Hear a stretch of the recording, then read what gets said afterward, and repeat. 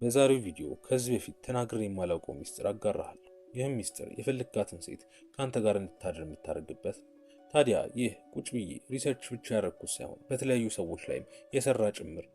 ታዲያ ግን ይህንን ኢንፎርሜሽን ከመናገሬ በፊት ለምንም መጥፎ ነገር እንደማትጠቀመውና የምር ከልብህ የምትፈልጋትና አብረሃት መኖር የምትፈልጋት ሴት ላይ ብቻ ጤናማ በሆነ መንገድ እንደምትጠቀመው እርግጠኛ ሁን። ታዲያ አሁን ይህ ዳርክ ሳይኮሎጂ ምንድነው እያልክ ይሆን? ስለዚህ ከመጀመሪያውን ጀምር። አየህ፣ የመጀመሪያው የፈለግካትን ሴት አብረሃን እንድታድር የምታደርግበት ሚስጥር የእሷ ካንተ ቫሊዴሽን መፈለግ። ይህ ምን ማለት ነው? አንድ ሴት ካንተ ጋር ልትተኛ የምትችለው ካንተ ጋር መተኛቷ ኢጓን ከፍ የሚያደርገው ከሆነ ወይም የሆነ ነገር እንዳሸነፈች እንዲሰማት የሚያደርጋት ከሆነ። ለምሳሌ እስኪ አሁን ባለንበት ዘመን ወንዶች ምን ላይ ሱሰኛ እንደሆኑ ተመልከት። በአብዛኛው የማይሆኑ ዌብሳይቶችና ቪዲዮዎች ላይ ናቸው። ከዛ ደግሞ ሴቶችን ተመልከት። ራሳቸውን ለዓለም ከማሳየት ጋር በየቀኑ የራሳቸውን ቪዲዮና ፎቶ ከመፖሰት ጋር ሱስ ይዟቸው። ምክንያቱም ያኔ ነው ብዙ ላይክ፣ ብዙ ተከታይ፣ በአጠቃላይ ብዙ ትኩረት ማግኘት የሚችሉ። እናም አንተ የፈለግካት ሴትም በእርግጠኝነት አብረሃት ማድረግ እንደምትፈልግ ታውቃለች። ታዲያ ግን አንተ የምትፈልገው እንድትሰጥህ እሷም የሆነ ነገር ማግኘት ይኖርባል። ይህንን ነው ብዙ ወንዶች የማይረዱት ነገር። ብዙ ወንዶች ሴቶች ዝም ብለው ስለማይፈልጉ ምናምን ይመስላል፣ ግን አይደለም። ይልቁንም ተመጣጣኝ የሆነን ዋጋን ስለማያገኙበት አንተም ብትሆን ኖሮ የማያዋጣህን ነገር በፍጹም ማድረግ አትፈልግም ነበር።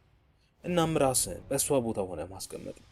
አየህ፣ አንድ ሴት በፍጹም እንዲፈጠር የማትፈልገው ነገር ቢኖር ከማይረባ ወንድ ጋር መተኛት ወይ ደግሞ በቀላሉ መገኘትን።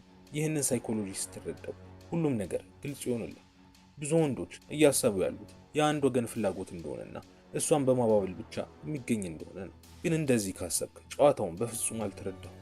በህይወትህ ላይ ምንም ነገር ቢሆን የሆነ ዋጋ አለው። ምንም ነገር ነፃ አይደለም። ከአንድ ሴት ጋር ገንዘብ ከፍለህ አላደርክም ማለት በነፃ ነው ያገኘሃት ማለት አይደለም። ይልቁንም ክፍያው በሌላ መንገድ። ከነዚህ ውስጥ አንዱ ደግሞ ቅድም እንዳለው ካንተ ቫሊዴሽን ወይም ማረጋገጫ የምታገኝ ከሆነች። ስለዚህ አሁን አንተ ማሰብ ያለብህ ከእሷ ጋር ለመተኛት ምን ላርግ ብለህ ሳይሆን እሷ ከኔ ጋር ብትተኛ ምን ታገኛለች ብለህ ከአንተ ጋር ማደሯ የሆነ ነገሯን ከፍ ማድረግ አለብህ። አንተ ሳትሆን እሷ ያሸነፈች ያህል እንዲሰማት ማድረግ አለብህ። እናም ለዚህ ደግሞ አንዱ ምርጥ ስትራቴጂ ብዬ ማስበው ትኩረትህን መስጠት ማቆም። ልክ ከአንድ ሴት ትኩረትህን ስታነሳባት ከዛም ወደ ሌላ ስታደርገው ድንገት አይምሮዋ ውስጥ የሆነ ነገር ይቀየራል። ድንገት ለአንተ ያላት ፍላጎት እየጨመረ ይመጣል። እናም ያንን ትኩረትህን ለማግኘት ስትል አብረህ ራሱ ትተኛለች። ሁሌ የምለው ነገር ቢኖር ሴቶች ጋር ስትሆን ምንጊዜም ግራ መሆን አለብህ። ለምሳሌ ብዙ ወንዶች ከፍቅረኛቸው ከሚወዷት ሴት ጋር እንኳን መተኛት አይችሉም። ለምን ካልክ ቀጥታ ነው ነገሩን ለማግኘት የሚፈልጉ። እናም መጨቅጨቅ ነው ስራቸው፣ ወይ ደግሞ አብራቸው እንድታድር መለመን ነው። በዚህ ጊዜ ደግሞ ቅድም ያልኩትን አስታውስ። እሷ ያሸነፈች ያህል ካልተሰማት ምንም አትሰጥም። ለምነህ ከሰጠች ደግሞ የፈለግከውን ያገኘው አንተ እንጂ እሱ አይደለች። ስለዚህ በፍጹም እንዳትለምን። ይልቁንም አሁን እንዳልኩ ጭራሽ በትኩረት እጦት አሰቃል። ያኔ ነው በራሷ መፈለግ የምትጀምር። እኔ ብዙ ጊዜ የሰዎችን ታሪክ ስሰማና ሳነብ በጣም ከሚያስገርሙኝ ነገሮች መካከል ሴቶች በተደጋጋሚ የሚያነሱት አንድ ነገር ነው። ለምሳሌ አንድ ሴት ፍቅረኛዋን እኔ ከዚህ ጊዜ በፊት ወይ ከጋብቻ በፊት አልፈልግም ትሏለች።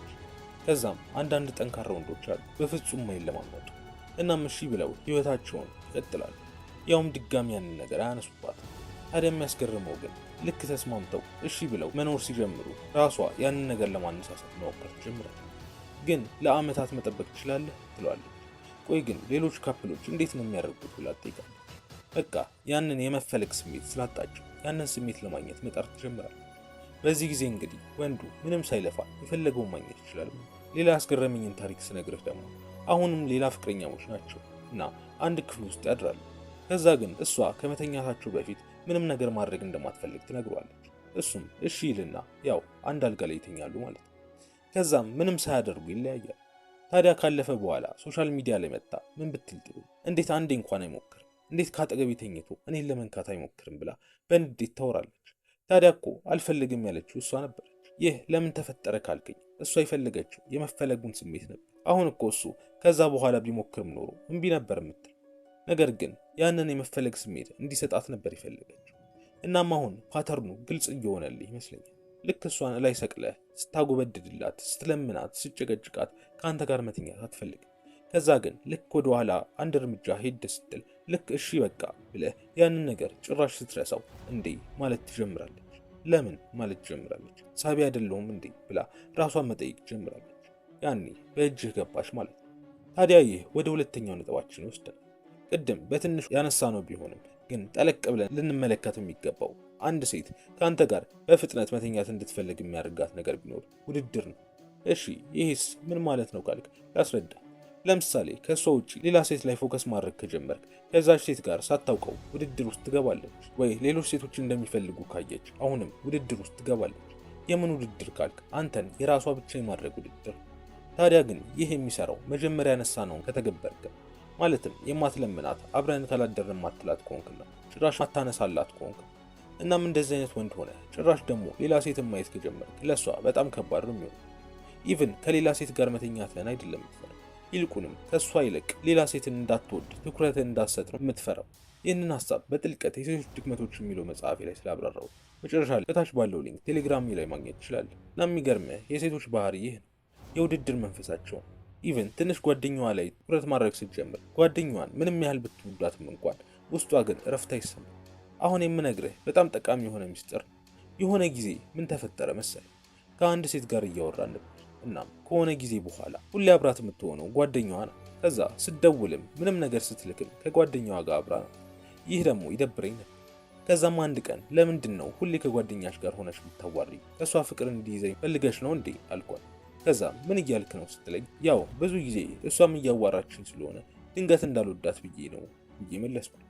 ከዛ በኋላ የሚገርምህ አንድም ቀን የጓደኛዋን ድምፅ ሰምቼውም አላውቅም። ሁሌም ስታዋራኝ ብቻዋን ሆና። ይህን ያህል ነው በሴቶች መካከል ያለው ጉድ። እናም ይህንን የምታውቅ የምትረዳ ሰው ከሆንክ አልፈልግም ስትልህ እሺ በላትና ትኩረትህን ሌላ ሴት ላይ ማድረግ ጀምር።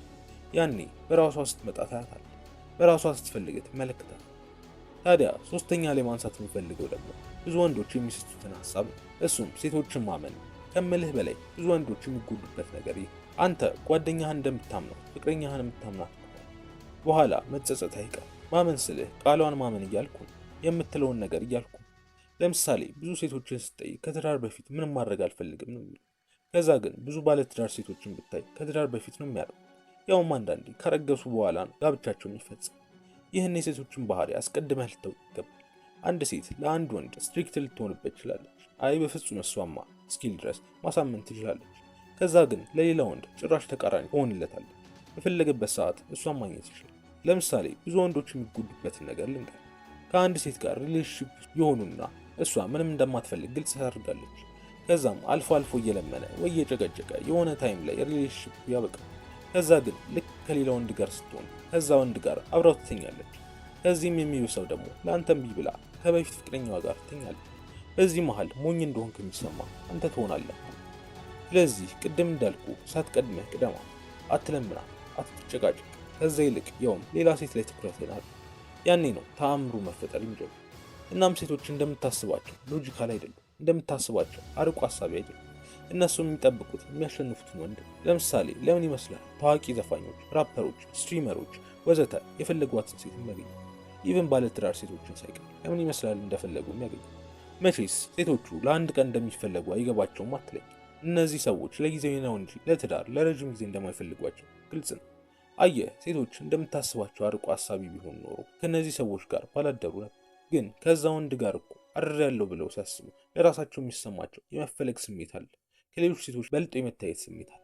ያንን ትኩረት ያንን ማረጋገጫ ስለሚፈልጉ ነው። እኔ ያውም ከአንድ የወንድ አርቲስት ወይም ታዋቂ ወንድ ጋር ሱስ ከያዛት ሴት ጋር በፍጹም መሆን የለብን ብዬ አምናለሁ። እነዚህ ሴቶች ናቸው ከማንም በላይ በፍጥነት የሚክዱ። የሆነ ቪዲዮ ነበር እና ሴቶች የሚወዱትን ታዋቂ ወንድ ይጠይቃል። ከዛም ባልሽ ከፈቀደልሽ ከዛ ወንድ ጋር ታሪያለሽ ተብለው ይጠይቃል። እናም ኦልሞስት ሁሉም በሚባል ደረጃ አሁን ያሉት። ወንዶቹ ግን አብዛኞቹ ብትፈቅድልኝም አላደርገውም ያሉት። ይህን ያህል ነው ልዩነታቸው።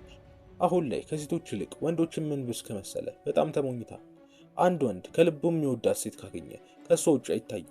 ሴቶች ግን ምንጊዜም በቅጽበት ሊክዱህ እንደሚችሉ አስብ። እናም ያንን የሚከዳውን ወንድ እንዳትሆን መጠንቀቅ አለብህ። ታዲያ ትንሽ ራስን ትቆጣጠርና ራስን ከፍ አድርገህ መመልከት ስትጀምር ምን ያህል ሴቶችን ማግኘት ቀላል እንደሆነ ትረዳለህ። ይበልጥ እንደዚህ አይነት ቪዲዮዎች ላይ እንዳተኩር የምትፈልግ ከሆነ ላይክ እና ሰብስክራይብ አድርግ። እንዲሁም ከታች ባለው ሊንክ ቴሌግራም ላይ መጽሐፌን ማግኘት ትችላለህ። ሰላም።